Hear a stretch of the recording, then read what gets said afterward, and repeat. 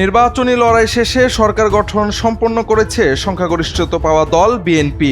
রাজনৈতিক অঙ্গনে নতুন করে হিসাব নিকাশ শুরু হয়েছে সংরক্ষিত নারী আসন ঘিরে। সাধারণ আসনের ফল চূড়ান্ত হওয়ার পর স্বাভাবিকভাবেই প্রশ্ন উঠেছে, সংসদে কোন দল কতটি সংরক্ষিত নারী আসন পাবে। জোটের শক্তি, স্বতন্ত্রদের অবস্থান এবং দলভিত্তিক আসন সংখ্যা মিলিয়ে তৈরি হচ্ছে নতুন সমীকরণ।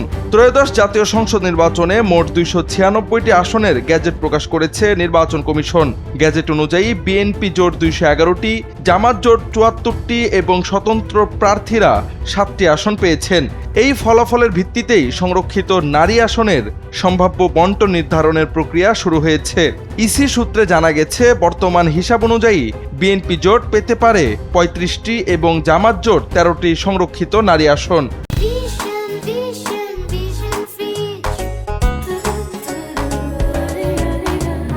সংসদে একটি সংরক্ষিত নারী আসন পেতে ন্যূনতম 6 জন নির্বাচিত সংসদ সদস্য থাকা প্রয়োজন। সেই হিসেবে 7 জন স্বতন্ত্র সদস্য থাকায় তারাও একটি সংরক্ষিত নারী আসন পাওয়ার সুযোগ পাচ্ছেন।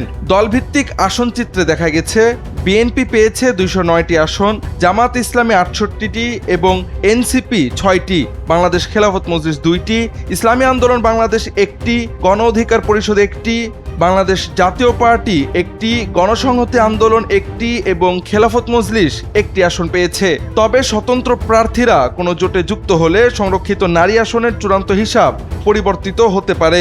ফলে নারী আসন বণ্টনের শেষ চিত্র নির্ভর করবে জোটগত অবস্থান ও আনুষ্ঠানিক সিদ্ধান্তের ওপর।